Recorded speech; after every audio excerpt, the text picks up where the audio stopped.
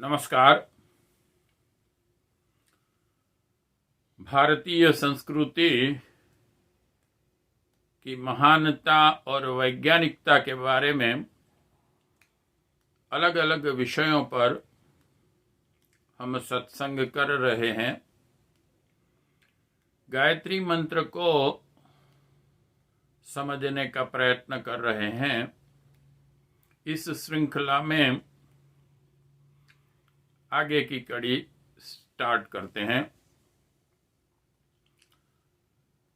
आइए, आज के सत्संग में हमारे सभी सत्संगी मित्रों का स्वागत है और आज का सत्संग शुरू करें परब्रह्म परमात्मा की प्रार्थना से, जिससे हम सद्बुद्धि और सत्प्रेरणा की अपेक्षा करते हैं। ओम भूर्भुवः स्वः तत्सवितुर्वरेण्यं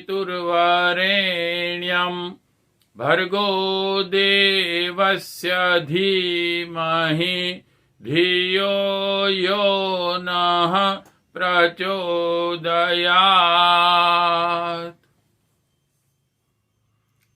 गायत्री मंत्र को अभी तक हमने, हमारे ऋषि मुनियों ने उस परम चैतन्य को समझाने के लिए जो अलग अलग प्रयत्न किए, शास्त्रों से, भाषा से, मंत्रों से, यंत्र से, मूर्तियों से, प्रतीकों से, इन सबको हमने देखा। अब हम इस मंत्र को अलग अलग परिप्रेक्ष्य में देखेंगे, क्योंकि हम परब्रह्म परमात्मा को जब समझते हैं तो अद्वैत, द्वैत, त्रैत, इन सभी दृष्टिकोणों से देखते हैं।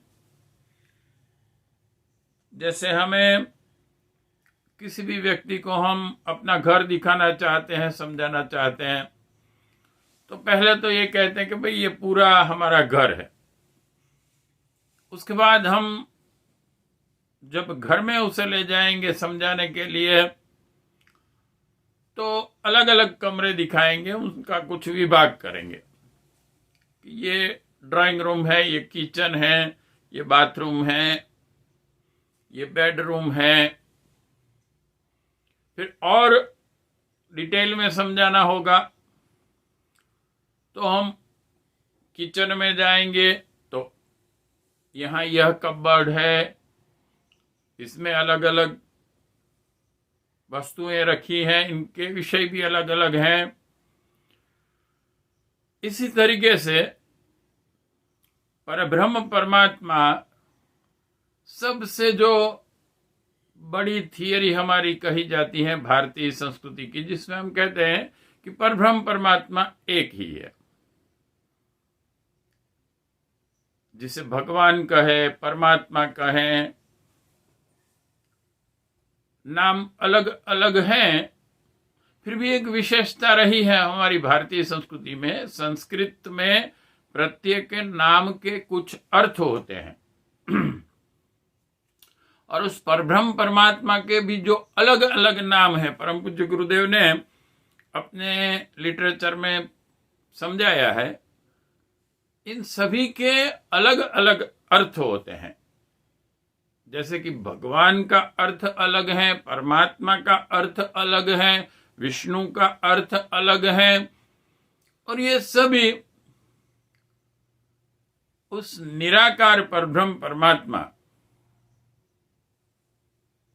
की अलग अलग अलंकारिक भाषा में और अलग अलग उसके जो गुण धर्म, जब वो अनमैनिफेस्ट में से मैनिफेस्ट अवस्था में आते हैं, हमने देखा कि हमारी जो थियरी है वैदिक, जिसमें परब्रह्म परमात्मा को एक दिव्य संकल्प हुआ कि एको हम बहुश्यामी, मैं एक में से अनेक हो जाऊं, उस संकल्प लेने वाली परम सत्ता एक ही है।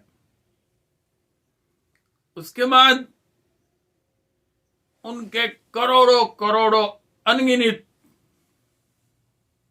जो गुण धर्म है, उसे हमारे ऋषि मुनियों ने अलग अलग देव शक्ति के स्वरूप में हमें समझाया।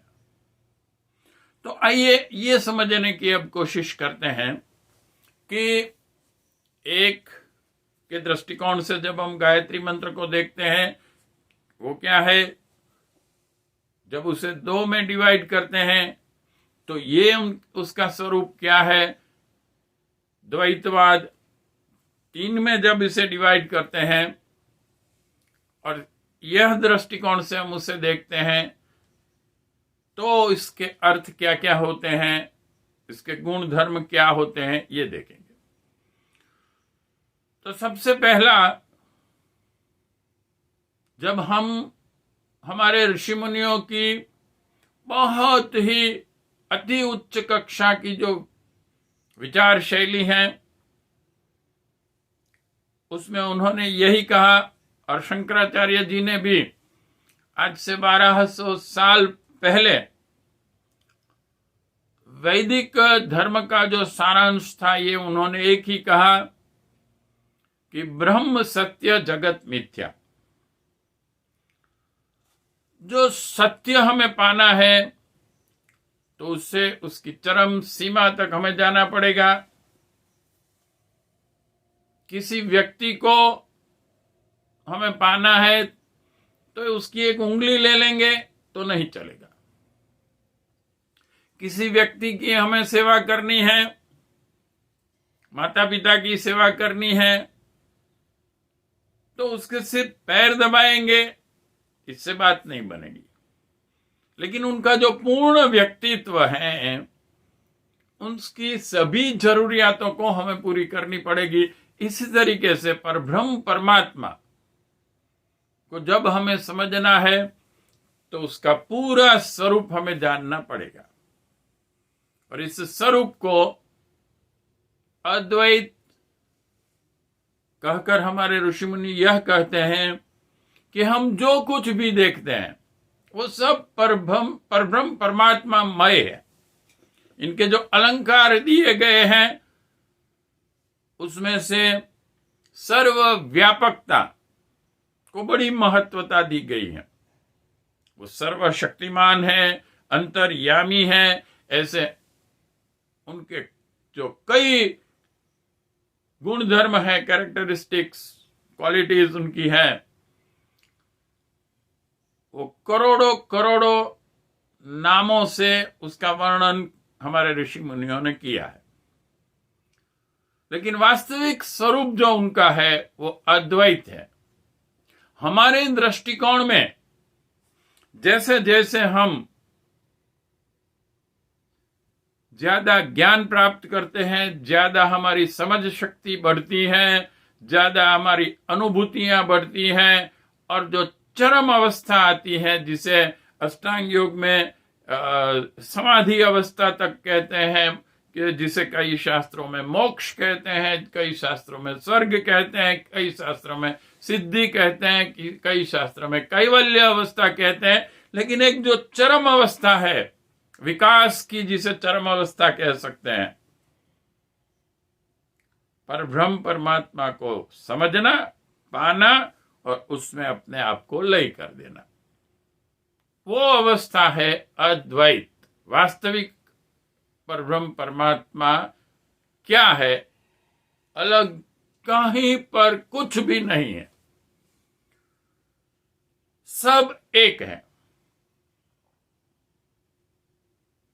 अद्वैतवाद, ये अनुभूति, वैसे जो त्रैतवाद, द्वैतवाद और अद्वैत हैं, ये जीव की अपनी अवस्थाएं हैं। जैसे कि त्रैतवाद जब वो समझता है तो उसे 3 चीजें दिखाई देती है, मैं हूं, प्रकृति माता है, भौतिक जगत है, और वो परब्रह्म परमात्मा। फिर उसकी अवस्था जब बढ़ती है तो ये समझता है कि मैं हूं और परब्रह्म परमात्मा, हम दो ही हैं। फिर उसे माता प्रकृति और परब्रह्म परमात्मा अलग दिखाई नहीं देते। जैसे रामायण में तुलसीदास जी ने कहा कि राम और सीता एक हैं, जैसे पानी में लाठी मारने से अलग नहीं होते हैं। जब हमारा दृष्टिकोण इस अवस्था में पहुंचता है, तब हमें प्रकृति माता और परब्रह्म परमात्मा अलग नहीं दिखाई देते। और उससे भी आगे जब हम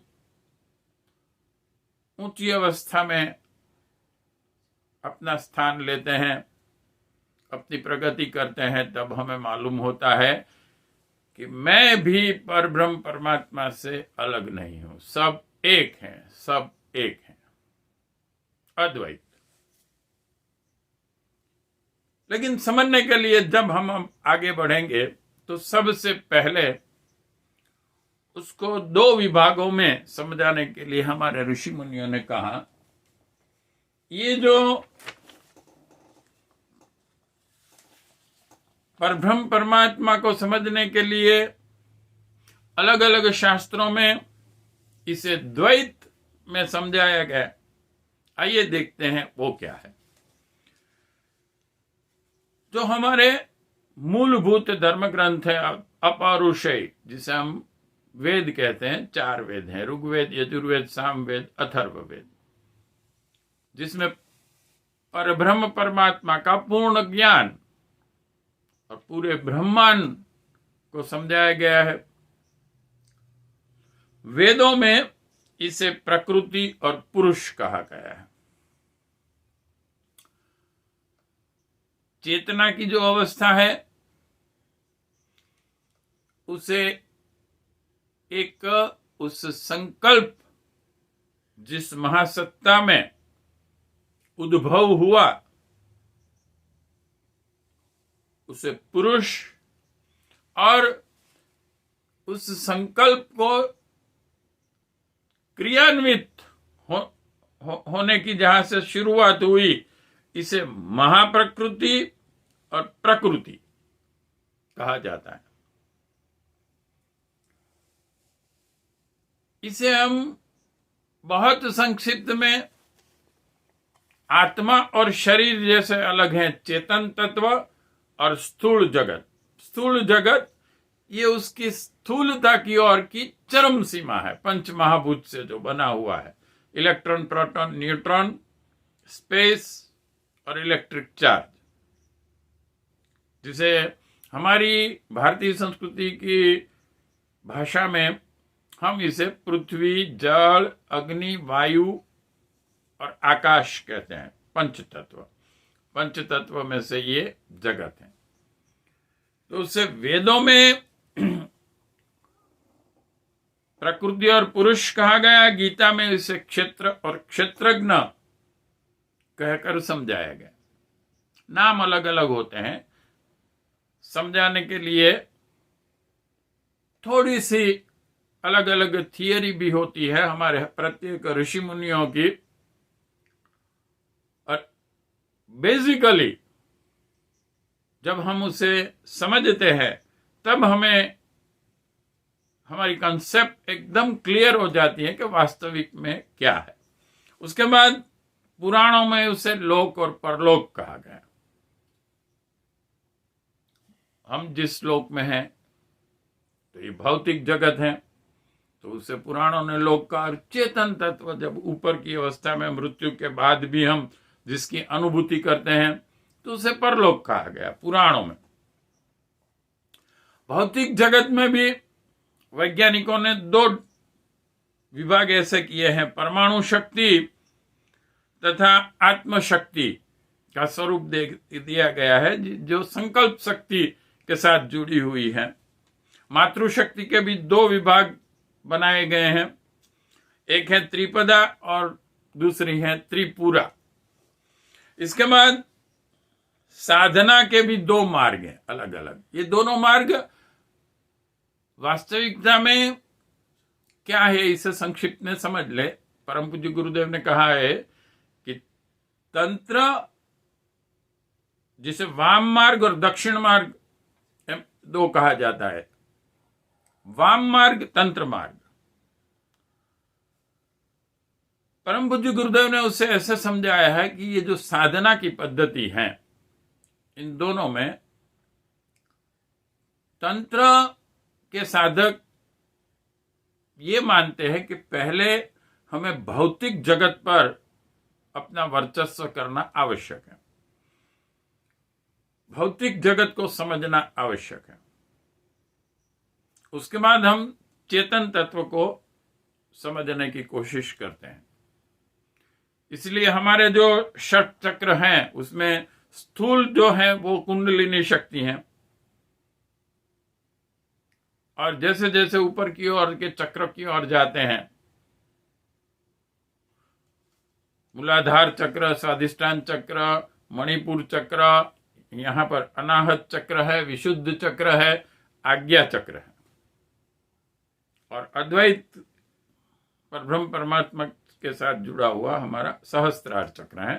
तो तंत्र में पहले भौतिक जगत की साधना करनी है, भौतिक सिद्धियां प्राप्त करनी है, ऐसा कहा जाता है। इसलिए वो कुंडलिनी शक्ति जागृत करने का पहला प्रयत्न करते हैं। जबकि जो दक्षिण मार्ग है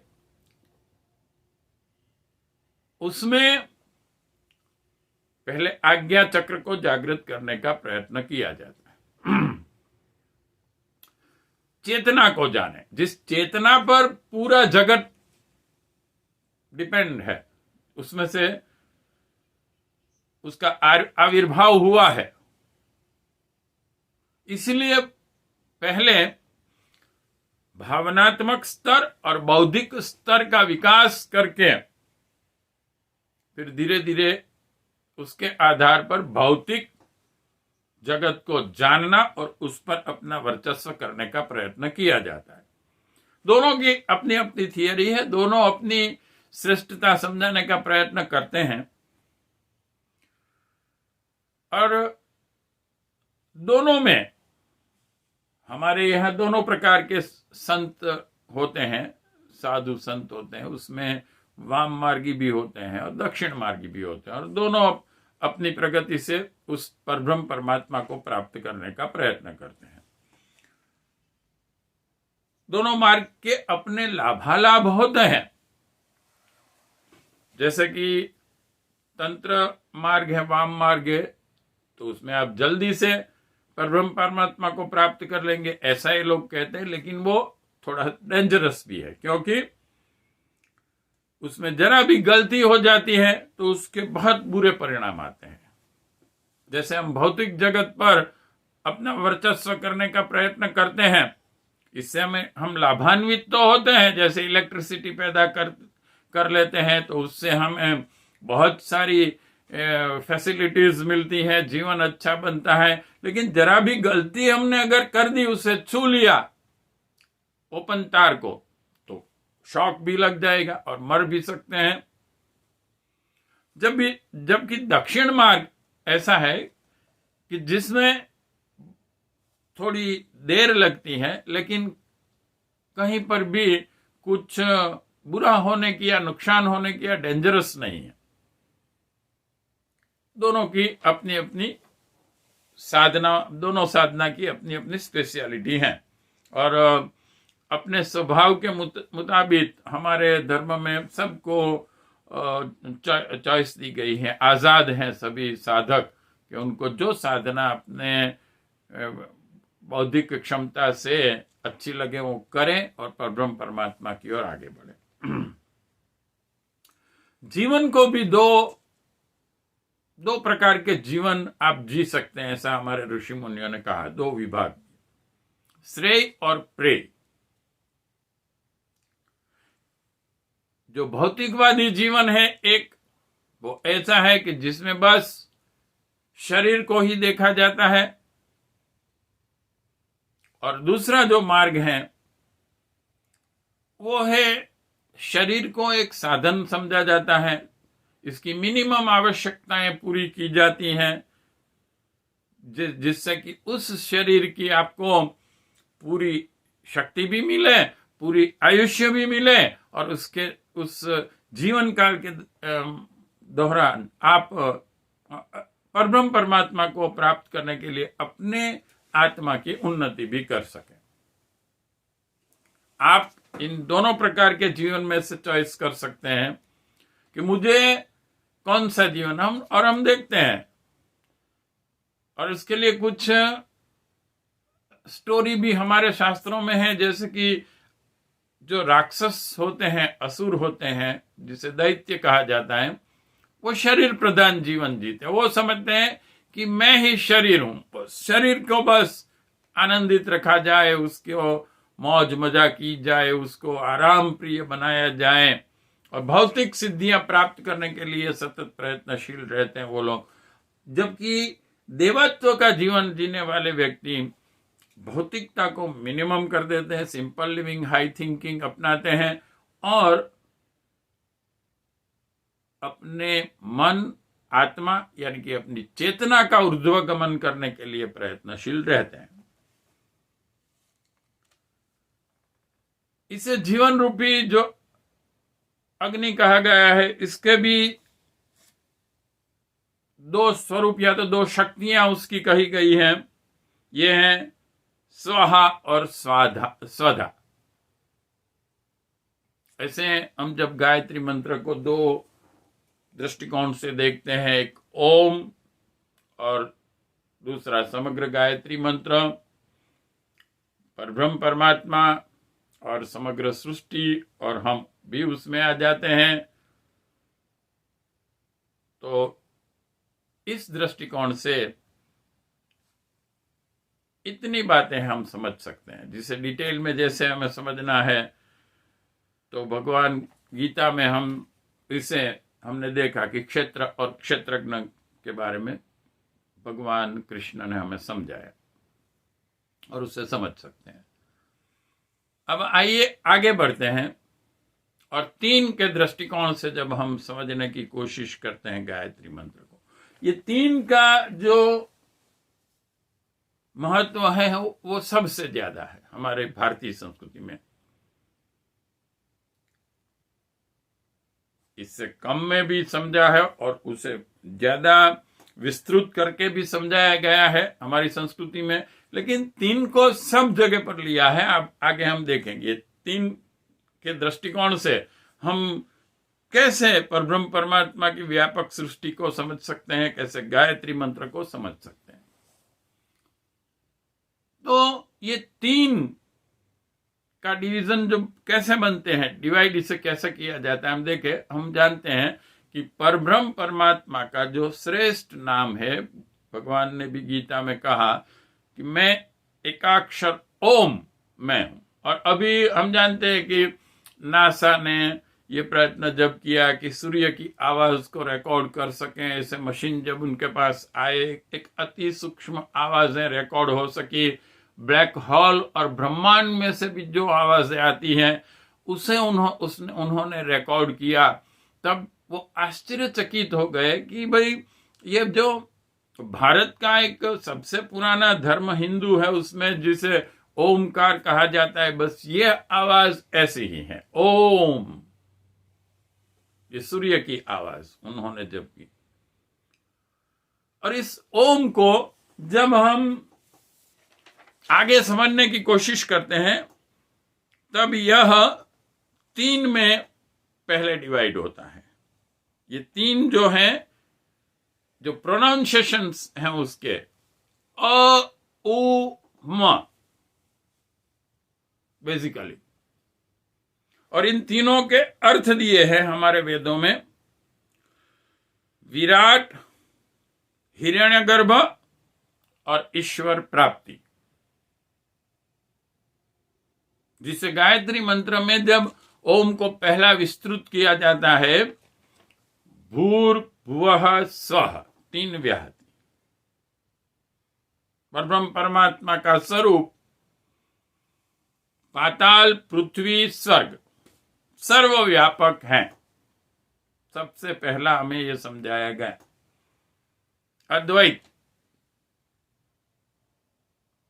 एक ऐसी सत्ता जो कण कण में और प्राणी मात्र में व्याप्त है, सर्वव्यापकता।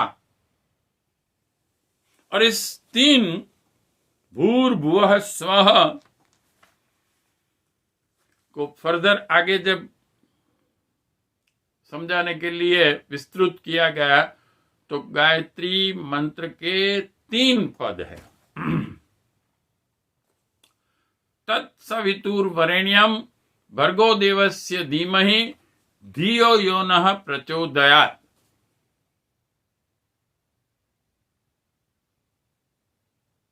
और इन 3 पद को जब हम समझाते हैं तो सबसे पहले हमारे व्यक्तित्व पर हम जब देखते हैं तो 3 शरीर हमारे कहे गए ऋषि मुनियों ने। जीवात्मा को 3 शरीर पर ब्रह्म परमात्मा ने दिए है। वैसे हम देखते हैं एक ही शरीर, सामान्य व्यक्ति जो होते हैं वो यही समझते हैं, और वो स्थूल शरीर जिसे कहते हैं हाड़ मांस से बना हुआ शरीर, इसको ही देखते हैं।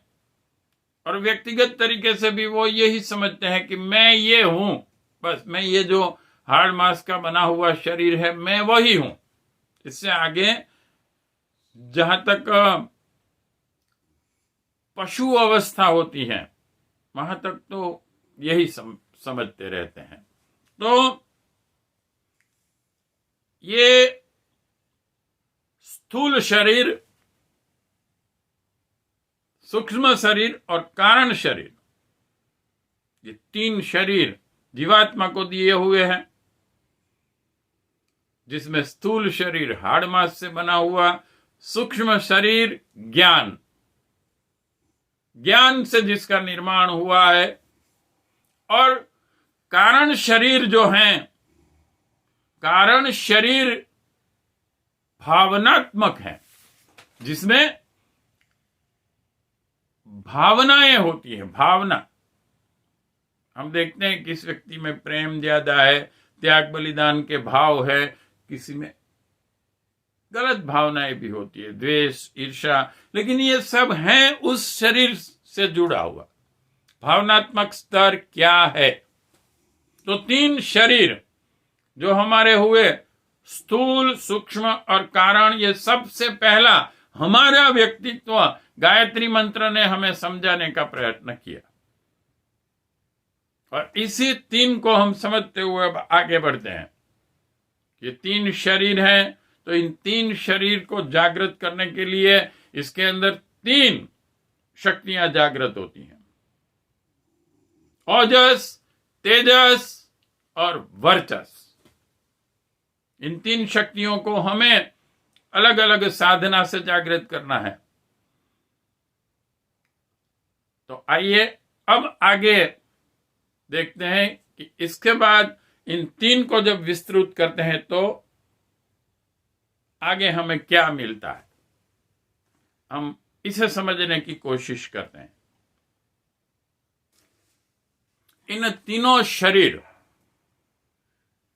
के केंद्र है, इसको भी हमारे व्यक्तित्व में एक निश्चित स्थान दिया हुआ है। ये 3 हैं जहां पर ज्यादातर कंसंट्रेट, या तो हम कहते हैं कि पूरे ब्रह्मांड के उस स्तर के साथ, जैसे कि स्थूल जगत के साथ हमारा स्थूल शरीर जुड़ा हुआ है, लेकिन उस जो केंद्र हमें दिए हैं 3 शरीर के, उससे वो ज्यादा जुड़ा हुआ है, और आदान प्रदान उसका उस व्यापकता के साथ होता रहता है। तो नाभि, हृदय और ब्रह्मरंध्र, नाभि स्थूल शरीर का केंद्र है, हृदय सूक्ष्म शरीर का केंद्र है, और ब्रह्मरंध्र कारण शरीर का केंद्र है। तो इन 3 शरीर में जब हम ओजस, तेजस, वर्चस की शक्तियां जागृत करते हैं, इससे हमें क्या मिलता है? शारीरिक शक्ति, मानसिक शक्ति और आध्यात्मिक शक्ति।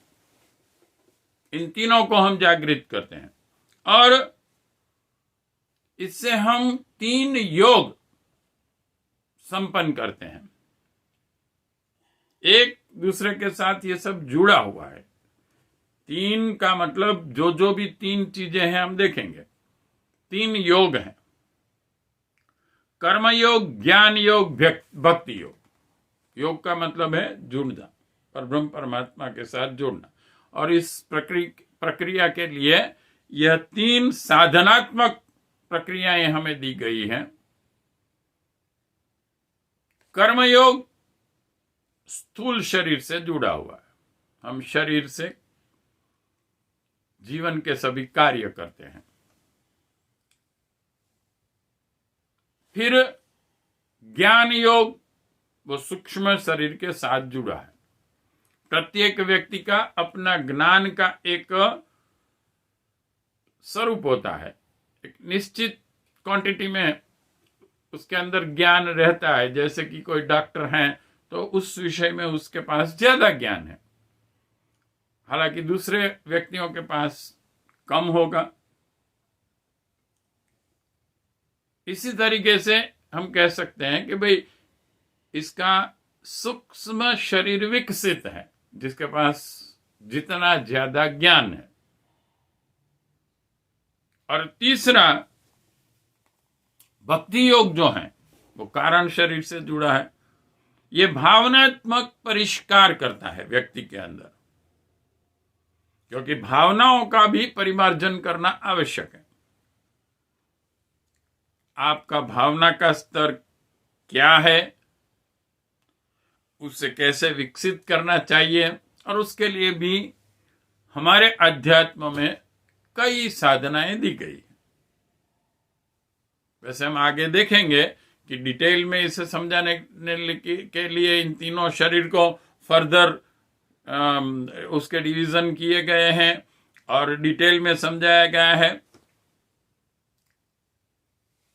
लेकिन इन तीनों को बेसिकली हमारे तीन शरीर को हम स्थूल, सूक्ष्म और कारण शरीर के, यानी कि हमारे साधन आत्मा को दिए हुए तीन शरीर समझ सकते हैं। और ये कर्मयोग, ज्ञान योग और भक्ति योग, इन तीनों को समझाने के लिए, तीनों प्रक्रिया को हमें समग्र विश्व में तीन नदियों को महत्व दिया गया, पवित्र कहा गया। ये हैं गंगा, जमुना, सरस्वती। वैसे अच्छी नदियां बहुत हैं प्रकृति में। हम भारतीय संस्कृति में सभी जो प्रकृति की अलग अलग अवस्थाएं हैं, अलग अलग जो भी प्रकृति के अंग उपांग हैं, जिसे वृक्ष हैं, नदियां हैं, सागर हैं, पहाड़ हैं, इन सब को पवित्रता के दृष्टिकोण से देखते हैं। पत्थर तक में हम जानते हैं कि चेतना है। लेकिन हमारी आध्यात्मिक प्रगति के लिए जो आवश्यक है,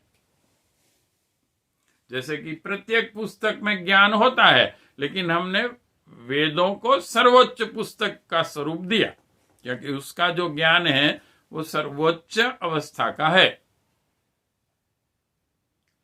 तो गंगा, जमुना, सरस्वती, ये तीन हमारी पवित्र नदियां हैं। गंगा उसमें से सर्वश्रेष्ठ कहा गया है।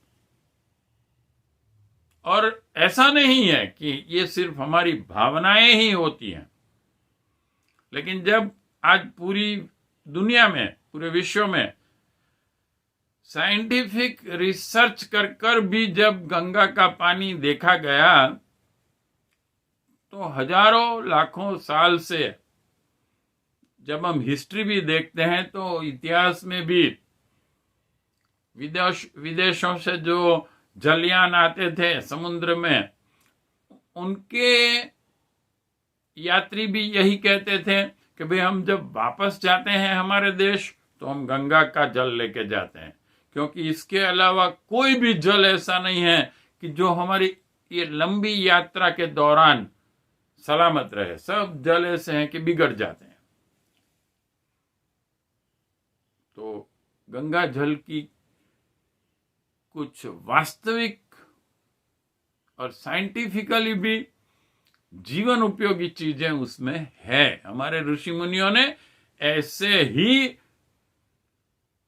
भावनाएं नहीं की है कि नहीं बस इसे समझो ये अच्छा है, सब अच्छा ही है, आपकी श्रद्धा जहां भी होगी वो अच्छा बन जाएगा। ठीक है, सही भी है, लेकिन जब सभी दृष्टिकोण से देखा जाता है और वास्तविक में जो अच्छी चीज है उस पर अगर श्रद्धा रखी जाती है तो उससे और शक्ति मिलती है। गंगा, यमुना, सरस्वती, और इन तीनों नदियों को अलंकारिक रूप से कर्म योग, ज्ञान योग, भक्ति योग में समझाया गया है। ऐसे ही तीन बहुत ही बढ़िया चीजें अलंकारिक स्वरूप में हमारे ऋषि मुनियों ने इन तीन योग के बारे में कही। ये है कल्प वृक्ष, अमृत और पारस। कर्म योग क्या है? कल्प वृक्ष। कल्प वृक्ष की क्या कंसेप्ट है कि भाई ये एक ऐसा वृक्ष है जिसके नीचे कोई भी व्यक्ति बैठता है और जो भी सोचता है वो सब उसे मिल जाता है। तो ये कल्प वृक्ष अलंकारिक है। ये क्या है? कर्मयोग। आप आलसी बन जाइए, कुछ करें नहीं, सोचते रहें, ये पॉसिबल नहीं है कि आप जो सोचेंगे वो अचीवमेंट आप प्राप्त कर सकें। इसके लिए आवश्यक होगा कर्मयोग। इसी को कल्प वृक्ष की को अलंकारिक नाम से उसका वर्णन किया गया है। उसके बाद है अमृत। अमृत जो पी लेता है वो अमर हो जाता है। वास्तविक में अमृत क्या है? ज्ञान। आप सत्य ज्ञान जब प्राप्त कर लेते हैं, क्योंकि सबसे बड़ा भय मनुष्य को और प्राणी मात्र को जो है वो है मृत्यु का भय। और इस मृत्यु के भय को सिर्फ एक ही चीज ऐसी है जो दूर कर सकती है, वो है ज्ञान, ज्ञान और ज्ञान। हमें उसका जीवन का सत्य स्वरूप समझना पड़ेगा और इस ज्ञान स्वरूप अमृत को पीना पड़ेगा, ज्ञान प्राप्त करना पड़ेगा। और यह भी सही और सत्य ज्ञान। ज्ञान तो बहुत कुछ है, ज्ञान की कोई सीमा नहीं है। भौतिकता में भी ज्ञान इतना है कि जिसकी कोई सीमा नहीं है। इसलिए आइंस्टाइन को अपने जीवन के अंतिम काल में यह कहना पड़ा कि भाई हम ये समझते थे हमने बहुत ज्ञान प्राप्त कर लिया, लेकिन अब जब वास्तविकता हम देखते हैं, ब्रह्मांड की व्यापकता देखते हैं, इतना बड़ा ब्रह्मांड, हमारे सूर्य से भी करोड़ों करोड़ों गुने बड़े सूर्य हैं, गैलेक्सियां हैं, तब हमें अब महसूस होता है कि हम ज्ञान के पूरे सागर के किनारे पर खड़े हैं अभी तो, और कुछ कंकर और छिप उठा रहे हैं, चुन रहे हैं, और हम ये समझते हैं कि हमें बहुत कुछ मिल गया, लेकिन वास्तविकता यह है। और ज्ञान अगर गलत हो गया, हमें मान्यताएं हमारी गलत कर देंगे, वो ये ज्यादा खराब परिस्थिति है। अज्ञानी व्यक्ति अच्छा है, लेकिन अगर वो गलत ज्ञान प्राप्त किए हुए हैं तो पहले उसको जो उस गलत ज्ञान में श्रद्धा है, वो मान बैठा है कि यही सत्य है, पहले तो वो उससे समझाना पड़ेगा या तो उससे समझना पड़ेगा कि मेरा जो ज्ञान है, वो कॉन्सेप्ट मेरी जो है वो सही नहीं है, और उसके बाद उसे सत्य ज्ञान प्राप्त कराना होगा। तो ज्ञान योग इसे कहते हैं। और ज्ञान के बारे में हम जानते हैं कि अगर सत्य ज्ञान हमें प्राप्त करना है तो हमारे भारतीय संस्कृति के जो मूलभूत धर्म पुस्तक हैं, 4 वेद, ये पूरा ब्रह्मांड, परब्रह्म, परमात्मा, प्रकृति माता और जीव, इन तीनों का पूरा ज्ञान लिए हुए हैं सूक्ष्म स्वरूप में,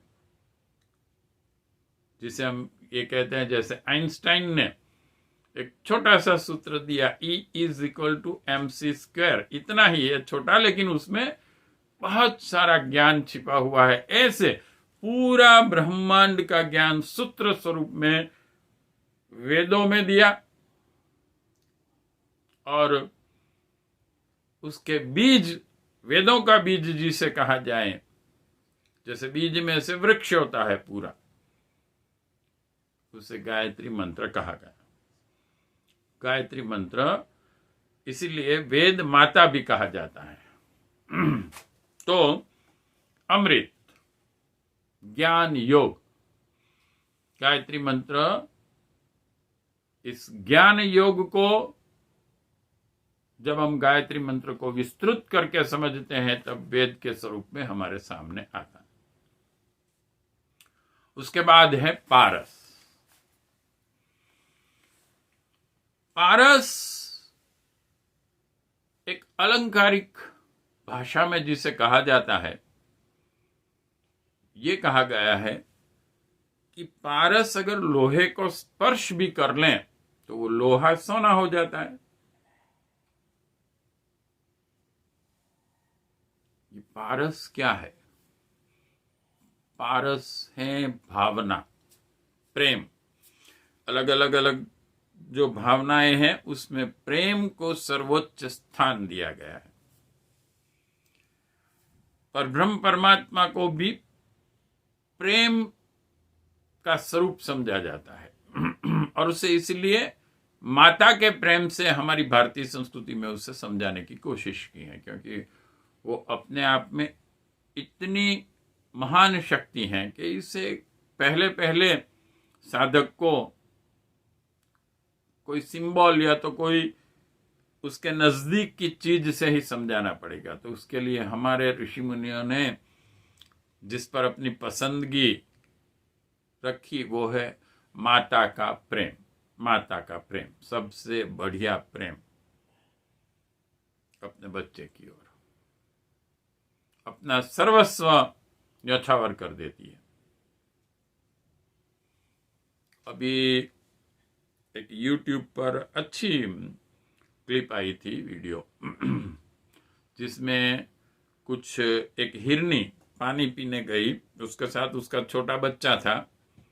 बच्चा पानी में चला गया तो दूर से एक घड़ियाल, वो क्रोकोडाइल, उसने तुरंत उसको मारने के लिए पानी में वो गिरा और उसकी ओर आने लगा। तब माता ने देखा कि न तो मैं अब बच्चे को बाहर निकाल सकती हूँ तुरंत, या तो उसे रोक सकती हूँ, तो उसने बीच में जाकर अपना स्थान ले लिया। और क्रोकोडाइल ने पहले माता को, क्योंकि उसके ज्यादा नजदीक थी, तो उसे मार दिया और बच्चा बाहर चला गया। ये कौन कर सकता है? मां का प्रेम। तो भावनात्मक जो स्तर है उसे मनुष्य का हमें जागृत करना है। भावनाएं, हमारा जो कारण शरीर जिसे हम कहते हैं, उसको सुव्यवस्थित करना भी आवश्यक है। और ये भावनाएं ऐसी हैं कि जब आप किसी भी व्यक्ति को प्रेम देंगे, आत्मीयता देंगे, तो उस व्यक्ति में परिवर्तन आ जाएगा। आप उसे ज्ञान कितना भी देंगे, आप 100% नहीं कह सकते कि उसमें परिवर्तन आएगा। ज्ञान होते हुए भी हम देखते हैं कि कई व्यक्ति गलत काम करते हैं। वो तंबाकू और सिगरेट के पैकेट पर लिखा हुआ होता है, ज्ञान दिया हुआ होता है कि it is dangerous for health, cancer होता है इससे। ये ज्ञान सब जब सिगरेट पीते हैं या तंबाकू खाते हैं तो ज्ञान है सबको, लेकिन वो छोड़ नहीं सकते हैं। लेकिन कोई बड़ा यज्ञ होता है तो हमारे गायत्री यज्ञों में जब कहा जाता है कि भाई आप छोड़ दो गलत चीजें, अपने व्यसनों को जो आपका जीवन बर्बाद करते हैं, उस वक्त वो तुरंत संकल्प ले लेते हैं। क्यों? कि उस वक्त उनका भावनात्मक स्तर चरम सीमा का होता है, वातावरण की वजह से। जैसे वो लोहार जिसे कहते हैं, शेप देने के लिए लोहे को पहले गर्म किया जाता है, फिर उसे आप शेप दे सकते हैं। इसे कहा गया है भक्ति योग। इन 3 साधनाएं हमें करनी पड़ती है। हमारा जो व्यक्तित्व है, हम एकांगी विकास करके आगे नहीं बढ़ सकते हैं। आज के साइकोलॉजिस्ट्स भी कहते हैं कि एंटायर डेवलपमेंट ऑफ पर्सनालिटी, पूरे व्यक्तित्व का विकास करना चाहिए। एकांगी विकास आप करेंगे, अरे शरीर का भी आप एकांगी विकास करेंगे तो नहीं चलेगा। आप जिम में जाएंगे और सिर्फ हाथों की एक्सरसाइज करेंगे, हाथ को मजबूत करेंगे, हाथ को मजबूत, और पैर आपके मजबूत नहीं हुए तब नहीं चलेगा।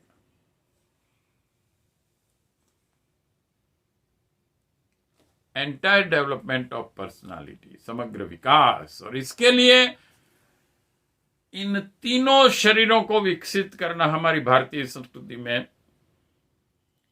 कहा गया, मार्गदर्शन दिया गया। गायत्री मंत्र के 3 पद जब हम समझते हैं व्यक्तित्व विकास के लिए, और इन तीनों शरीर की साधनाएं दी गई। अगर आपको अपना व्यक्तित्व इंटरनली, भावनात्मक स्तर भी सही करना है, रामायण में तुलसीदास जी ने एक चौपाई आती है जिसका अर्थ होता है कि इस त्रिवेणी संगम महा जो तीर्थ हैं, उसमें जो कौवा स्नान करता है वो कोयल हो जाता है, और बगुला स्नान करता है तो वो हंस हो जाता है। ये त्रिवेणी संगम कौन सा है जो रामायण में कहा गया? ये त्रिवेणी संगम 3 नदियां जहां एकत्रित होती है, गंगा, जमुना, सरस्वती। लेकिन ये 3 नदियां वास्तविक में हैं कर्म योग, ज्ञान योग और व्यक्ति भक्ति योग। इन तीनों को हमें जीवन में अपनाना पड़ेगा, किसी एक से नहीं चलेगा। और अगर आप एक अपने जीवन में अपनाएंगे तो भी वो सही तरीके से आप नहीं कहा। आप कर्म योग करना चाहते हैं लेकिन आपके पास ज्ञान नहीं है क्या करना है मुझे, आपके पास ज्ञान बहुत है लेकिन आपकी भावनाएं सही नहीं है आपका व्यक्तित्व में। एक डॉक्टर है, उसके पास सभी ज्ञान है, रोग कैसे मिटाना है, रोगी को कैसे अच्छा करना है, क्या करना है, लेकिन अगर उसके हृदय में वो करुणा नहीं है, वो भावना नहीं है, तो हम देखते हैं कई डॉक्टर किडनी निकाल लेते हैं, बेच देते हैं पेशेंटों की। पैसा कमाना ही उनका एक लक्ष्य होता है, जबकि कई डॉक्टर्स ऐसे देखे जाते हैं जो अपना पूरा ज्ञान समाज सेवा में दे देते हैं। एक डॉक्टर थे, एक आई कैंप चल रहा था, तो मुझे याद है उन्होंने कहा कि मैं फ्री ऑफ चार्ज यहाँ देता हूँ अपनी ड्यूटी, और मैंने अपने जीवन में कुछ 3 लाख ऑपरेशन किए आंखों के। तो दोनों डॉक्टर हैं, ज्ञान दोनों का सही है, शरीर दोनों का सही है, लेकिन भावनात्मक स्तर में डिफरेंस हो गया, कारण शरीर अलग अलग है। तो न तो वो अपना विकास कर सकते हैं सही तरीके से, और न अपने आसपास उनसे जुड़े हुए व्यक्तियों को और समाज का और राष्ट्र का भी कुछ कल्याण कर सकते, विश्व का भी कुछ कल्याण नहीं कर सकते। और कई बार वो ज्ञान हार्मफुल होता है, नुकसान कर देता है उसे भी और दूसरे व्यक्तियों को भी। इसलिए हमारे ऋषि मुनियों ने और गायत्री मंत्र में इन तीनों को महत्व दिया गया। 3 पद जो हैं वो कर्म योग, ज्ञान योग और भक्ति योग, इन तीनों की आवश्यकता साइमल्टेनियसली तीनों में प्रगति करनी पड़ेगी एक साथ। तो इसे अलंकारिक रूप में यह कहा गया कल्प वृक्ष, अमृत और पारस, जिसे एक्शन, नॉलेज और डिवोशन कहा गया। इसके परिणाम क्या होते हैं? जब आप कर्म योग करते हैं, ठीक तरीके से विकास करते हैं तीनों शरीर का, तो आपको क्रिया शक्ति, विचार शक्ति और भावना शक्ति तीनों मिलती है और जागृत होती है। और इससे आपका व्यवहार, चिंतन और चरित्र, ये तीन ठीक होते हैं। जगत के साथ आपका व्यवहार कैसा है, कैसा बनता है? पुण्य परमार्थमय। जनरली हम देखते हैं कि व्यक्तियों का जो कर्मयोग यानी कि जो व्यवहार होता है जगत के साथ, वो स्वार्थ परत होता है। मुझे कुछ मिलता है या नहीं, मैं ऐसा ही काम करूं जिससे मुझे कुछ मिले, मेरा स्वार्थ हो कुछ न कुछ, ऐसे व्यक्तियों से ही मैं संबंध रखूं। एक ही दृष्टिकोण उसका होता है, स्वार्थ, स्वार्थ और स्वार्थ। लेकिन जब इनका इस तीनों योग, तीनों साधना, तीनों शरीर का विकास होता है साइमल्टेनियसली एक साथ, तो पहले ये उसके व्यवहार में, कर्मयोग में पूर्ण परमार्थ में उसका जीवन बन जाता है। जिसे परम पूज्य गुरुदेव ने कहा कि आप राजकुमार है परब्रह्म परमात्मा के, और आपको अपने पिता की जो सृष्टि मिली हुई है, आपके सभी वसुधैव कुटुंबकम और आत्मवत् सर्वभूतेषु की जो भावना हमारे प्रत्येक भारतीय के हृदय में होती है, प्राणी मात्र का कल्याण करना है, उसकी अच्छाई के लिए ही कुछ न कुछ करना है, और उसका कर्म योग यही बन जाता है। आप महापुरुषों के जीवन देखिए, अपने लिए नहीं होता है, उनका जीवन का क्षण क्षण, उनके जीवन, उनके शरीर की प्रत्येक हलचल, उनके विचार, उनकी भावनाएं सभी एक ही दिशा में कार्यरत होते हैं कि कैसे मैं प्राणी मात्र का कल्याण करूं, कैसे मैं प्राणी मात्र को दुख दर्द से मुक्त करूं। भगवान बुद्ध जब शरीर छोड़ रहे थे तो उनके शिष्यों ने उनसे एक सवाल करा और कहा, भगवान अब आप तो निर्वाण को प्राप्त होंगे, मुक्ति मिल जाएगी आपको, तो आप तो जीवन ही ऐसा जिए हैं। तब भगवान बुद्ध ने कहा, नहीं, देखिए कितनी उच्च अवस्था की भावनाएं भारत और विश्व के भी जो सच्चे महापुरुष हैं उनके हृदय में होती है। उन्होंने कहा, नहीं, जहां तक इस पूरे ब्रह्मांड का एक भी जीव, एक भी प्राणी ऐसा है कि उसे निर्वाण अभी नहीं मिला है, तब तक मैं निर्वाण को प्राप्त नहीं होगा। मैं उसके लिए प्रयत्न करूंगा कि उन सभी प्राणियों को निर्वाण मिले, मैं सबसे आखिरी में निर्वाण प्राप्त करूंगा। तो जीवन और व्यवहार कैसे बन जाते हैं? पुण्य परमार्थमय। और चिंतन कैसा होता है उनका? आदर्शवादी बन जाता है। श्रेष्ठ आदर्शों का जखीरा, किसी को एक परब्रह्म परमात्मा का, भगवान का स्वरूप कहा गया है आदर्शवादिता, और उसका हमारी भारतीय संस्कृति, गुरुदेव ने एक वाङ्मय में बहुत बढ़िया बात की थी कि हमने ही सिर्फ उसे एक नाम दिया है भारतीय संस्कृति में, जीवन मूल्य। जो जीवन देकर भी खरीदा जाता है। जीवन सबसे इंपॉर्टेंट है। अगर जीवन ही नहीं है तो कुछ नहीं है। लेकिन हमारे ऋषि मुनियों ने ये कहा कि एक उससे भी ऊंची चीज है, और उससे उन्होंने कहा आदर्श। और इन आदर्शों के लिए आप देखेंगे कि भारत के महामानव और ऋषि मुनियों ने अपना जीवन दे दिया। दधीची अपनी हड्डियां दे दी। कर्ण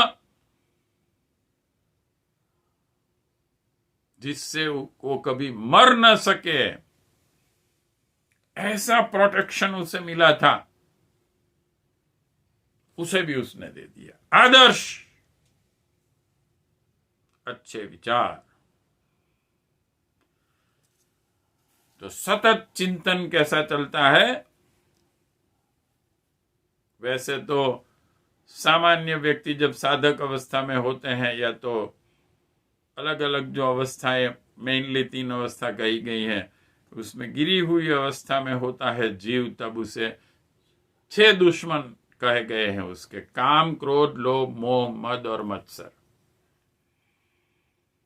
और चिंतन इन 6 का ही चलता रहता है।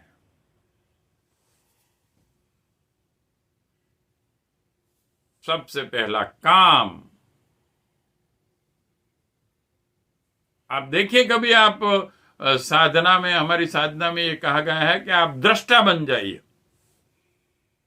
और एक अलग ऑब्जर्वर की दृष्टि से देखिए कि आपका चिंतन कैसा चल रहा है। चिंतन तो कभी बंद होता नहीं है। कोई किसी भी व्यक्ति को कहा जाए कि आप थोड़ी देर के लिए सोचना बंद कर दीजिए, आपके विचारों को बंद कर दीजिए, it's not possible at all. वो एक शक्ति है, सतत हमारे अंदर जागृत होती रहती है, उसे सही मार्ग देना आवश्यक है। तो गायत्री मंत्र का दूसरा पद, स्थूल सूक्ष्म शरीर वाला ज्ञान, जिससे चिंतन आदर्शवादी रहता है, उसका चिंतन अति उच्च अवस्था का चला जाता है। मुझे क्या करना है प्राणी मात्र के कल्याण। आप गुरुदेव को देखिए, महामानव को देखिए, स्वामी विवेकानंद को देखिए, रामकृष्ण परमहंस को देखिए, हमारे वैदिक ऋषि मुनियों को देखिए। चिंतन चिंतन चिंतन उनका जो चलता है, बस एक ही चलता है, प्राणी मात्र का कल्याण कैसे किया जाए और उसके लिए क्या ज्ञान और क्या मार्गदर्शन दिया जाए। चिंतन आदर्शवादी बनेगा और चरित्र निष्ठावान बनेगा। किसी एक विदेशी महापुरुष ने भी कहा है ना, जिसका तो मुझे एग्जैक्ट याद नहीं है सेंटेंस, लेकिन उन्होंने ये कहा कि आपके पैसे चले गए, if wealth is loss nothing is loss, ऐसा कुछ कहा। हेल्थ चली गई आपकी, स्वास्थ्य चला गया, समथिंग इज लॉस, थोड़ा कुछ आपने गंवा दिया है। Character is loss, everything is loss. चरित्र आपका चला गया, बिगड़ गया। सबसे बुरी बात विदेशी चिंतक भी यही कहते हैं। हमारे देश में तो इसीलिए कहा गया कि चरित्र कैसा बनना चाहिए, निष्ठावान। गायत्री मंत्र के इन 3 शरीरों का 3 विकास, और इसी 3 पद से 3 बेसिकली जो हमारे 33 करोड़ देव शक्तियां हैं हमारी, लेकिन इन में जो बेसिक 3 शक्तियां हैं, ब्रह्मा विष्णु महेश, गायत्री मंत्र के 3 पद ये समझाते हैं। पर ब्रह्म परमात्मा एकोहम बहुश्यामी का संकल्प किया, एक में से मैं अनेक हो जाऊं, और उस निराकार अनमैनिफेस्ट अवस्था में से जो एक चेतना शक्ति पैदा हुई, चैतन्य चेतन तत्व, जिसे समझाने के लिए गायत्री माता की मूर्ति हमें दी गई, गायत्री मंत्र दिया गया और पूरे वेदों से समझाया गया, और उससे फिर बेसिकली समझाने के लिए 3 पार्ट हुए। ब्रह्मा विष्णु महेश, 3 देव शक्तियां। ब्रह्मा उत्पादन शक्ति, क्रिएटिव पावर, विष्णु पालनहार शक्ति, और शिव रुद्र कल्याण की शक्ति, परिवर्तन की शक्ति। और ये देखिए, ये बेसिकली ये 3 शक्तियों की आवश्यकता ही होती है। आप एक फैक्ट्री बनाना चाहते हैं, संकल्प पैदा हुआ आपके अंदर पहले कि मैं एक अपनी ये फैक्ट्री बनाऊंगा, संकल्प के बाद पहली जरूरत पड़ेगी उत्पादन करना, उसे बनाना, और उसमें भी क्या जरूरत पड़ेगी, आइडिया वो चाहिए कि कैसी बनानी है मुझे।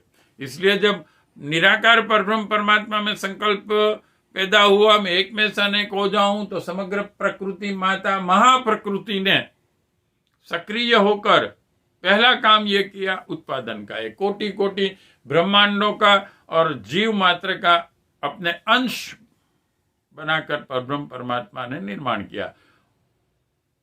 वो जो चेतन शक्ति की मूलभूत क्रिएटिव पावर ब्रह्मा, और उसके साथ क्या आवश्यक था, अलंकारिक भाषाएं होती है ये। उनके पत्नी कौन है, सरस्वती। ज्ञान, नॉलेज चाहिए पहले आपको कि मुझे वो फैक्ट्री क्या कैसे बनानी है, और उसका निर्माण होने के बाद क्या आवश्यकता पड़ेगी, उसको चलाने की, चलती रहे।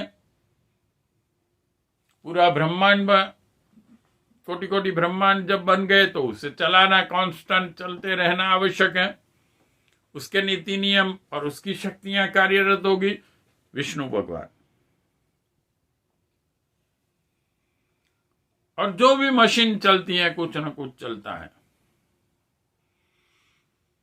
तो उसमें कुछ डिफेक्ट भी आती हैं, फॉल्ट भी आते रहते हैं, परिवर्तन करना आवश्यक होता है। चल तभी सकता है, आपको अगर आगे चलकर जाना है तो चल आप तभी सकते हैं कि एक पैर उठाना होगा, एक पैर आगे बढ़ाना होगा, एक कुछ न कुछ प्रक्रियाएं करनी होंगी। परिवर्तन की शक्ति, महाकाल। और आज हमारे वैज्ञानिकों ने भी ये स्वीकार किया कि भाई ये ब्रह्मांड में जो परिवर्तन हो रहा है उसके पीछे 2 ही शक्तियां काम करती है, एक एनर्जी और दूसरा है time. It will take some time, microsecond भी उसे लगेगी। आप किसी भी चीज का मूवमेंट कराना चाहते हैं तो first it is essential to apply a force. आप उस पर शक्ति लगाएं और उसके बाद it will take some time move होने में, माइक्रोसेकंड भी उसे लगेगी, समय, टाइम। और हमने ये भी देखा, गुरुदेव ने अपने लेटेस्ट एक आर्टिकल जो अखंड ज्योति में था उसमें समझाया कि हमारी अभी की लेटेस्ट लेबोरेटरी है, उसमें नटराज की मूर्ति लगाई गई, सन लेबोरेटरी उसका नाम है, कि भी ये पूरे ब्रह्मांड में शक्ति और समय कैसे काम कर रहा है ये समझाया गया है इस मूर्ति में। नटराज का जो नृत्य करते हुए हैं, तो ये 3 बेसिक शक्तियां, फिर उसे फर्दर समझाने के लिए उसके भी अलग अलग डिविजन्स होते गए। उसको 11 डिवीजन हुए। जब हम जानते हैं कि हमारे जो करोड़ों रज्जु हैं पूरे हमारे शरीर को ब्रेन के साथ जोड़ रही है, तो उसमें 33 छोटे छोटे पार्ट्स बनी हुई है। और डॉक्टर टॉनी नेडर करके एक हो गए, महर्षि महेश योगी जी के वो शिष्य थे अमेरिका में, तो उन्होंने ये साबित कर दिया कि वेदों में जितने मंत्र हैं उतने ही हमारी करोड़रज्जु में से ज्ञान तंतु निकलते हैं। 33 प्रकार के हमारे देवता है और प्रत्येक 33 प्रकार के देव शक्तियों को फिर फर्दर समझाने के लिए करोड़ों करोड़ों उसके सब डिवीजन होते हैं। यहां तक कि क्रोमोसोम्स और क्रोमोसोम्स के अंदर भी ATCG तक को हमें समझना पड़ता है और प्रत्येक ATCG भी इलेक्ट्रॉन, प्रोटॉन, न्यूट्रॉन और उससे भी जब डिवाइड करते हैं तो क्वासार तक हम जाते हैं। तो इन 3 शक्तियों को गायत्री मंत्र ने बेसिक चेतना की इन 3 शक्ति को समझाया।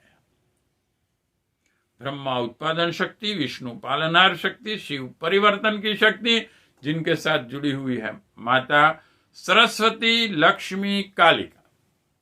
अब देखिए प्रत्येक देव शक्ति को नर और नारी दोनों में दिखाया गया है। दोनों को एक ही कहा है, लेकिन थोड़ा समझाने के लिए ये है जैसे कि प्रत्येक शक्ति का 2 स्वरूप है, डायनेमिक और potential energy, dynamic energy. Potential energy वो है जैसे कि कोई डैम में पानी भरा हुआ है तो उसमें शक्ति है, लेकिन वो क्रियान्वित नहीं है। एक बैटरी का हम सेल लेते हैं तो उसमें इलेक्ट्रिक एनर्जी है, लेकिन वो सक्रिय नहीं है, पोटेंशियल है। लेकिन जब वो क्रियान्वित होती है, डैम का पानी जब एक टरबाइन में से पास होता है और जनरेटर में वो कार्यरत होकर इलेक्ट्रिसिटी पैदा करने की समग्र प्रक्रिया करता है, दैट इज डायनेमिक एनर्जी। उसका स्वरूप अलग होता है। तो पुरुष और प्रकृति बेसिकली जो विराट पूरे ब्रह्मांड के स्वरूप को समझाया, प्रत्येक देव शक्ति में भी ये दोनों कार्यरत हैं। तो ब्रह्मा, विष्णु, महेश, सरस्वती, लक्ष्मी, कालिका माता। पालनहार शक्ति विष्णु है तो मां सरस्वती एक्टिव एनर्जी है और उसके 8 इंपॉर्टेंट स्वरूप समझाए गए। लक्ष्मी को 8 प्रकार की लक्ष्मी कहा गया है। आपके पास जो शक्तियां हैं, जो भौतिक जगत का संचालन करने के लिए, आध्यात्मिक जगत का संचालन करने के लिए, आपके व्यक्तित्व अपने व्यक्तित्व का संचालन करने के लिए, और इन सभी देव शक्तियों के 2 स्वरूप होते हैं, एक व्यष्टि, एक समष्टि, जो पूरे ब्रह्मांड में व्याप्त। तो इस गायत्री मंत्र के 3 पद को हमने समझा और 3 देव शक्ति, जिसे गॉड जो अभी कहा जाता है, God GOD, generation, operation, destruction का संक्षिप्त स्वरूप है, ऐसा समझा जाता है। क्योंकि हम जानते हैं ना कि भाई पूरी दुनिया में से गुरुदेव ने जो वांग्मय नंबर 35 लिखा है, उसमें है समस्त विश्व को भारत के अजस्त्र अनुदान। तो उन्होंने लाखों वर्ष का इतिहास से उसमें उन्होंने प्रूव कर दिया कि पूरे विश्व को ज्ञान देने वाली एक ही जगह थी, भारत। एक थियरी यह भी आती है कि ये देवता जब हम देखते हैं इतने शक्तिशाली है, इतने इनमें थिंकिंग है, तो एक वैज्ञानिक ने तो यह थियरी भी दी कि ये जो भारतीय संस्कृति के देव शक्तियां हैं और जो उसके उसकी साबितियां भी मिली, वो किसी और ग्रह में से आए हुए लोग थे जो हमारी पृथ्वी पर आए और यहाँ इन्होंने सब अपना ज्ञान दे के विकास किया। यह थियरी भी आज समझने की कोशिश की जा रही है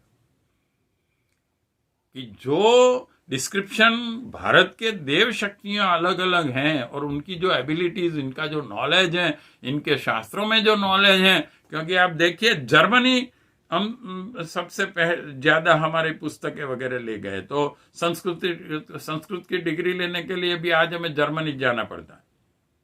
उसका विकास सबसे पहले हुआ, अच्छा भौतिक विकास भी हुआ, और स्पेस में भी जर्मन पहले गया था, जर्मनी। और कहा जाता है कि हिटलर की एक मान्यता यह भी थी कि हम ही आर्य हैं, सच्चे, क्योंकि आर्य एक अच्छी जाती हैं, ऐसा समझा जाता था ज्ञान। तो हम 3 को समझ रहे हैं और इन 3 को हम आगे और भी समझने का प्रयत्न करेंगे। हम आज के हमारे सत्संग को विश्राम देते हैं। ओम तत्सत। ओम शांति शांति शांति।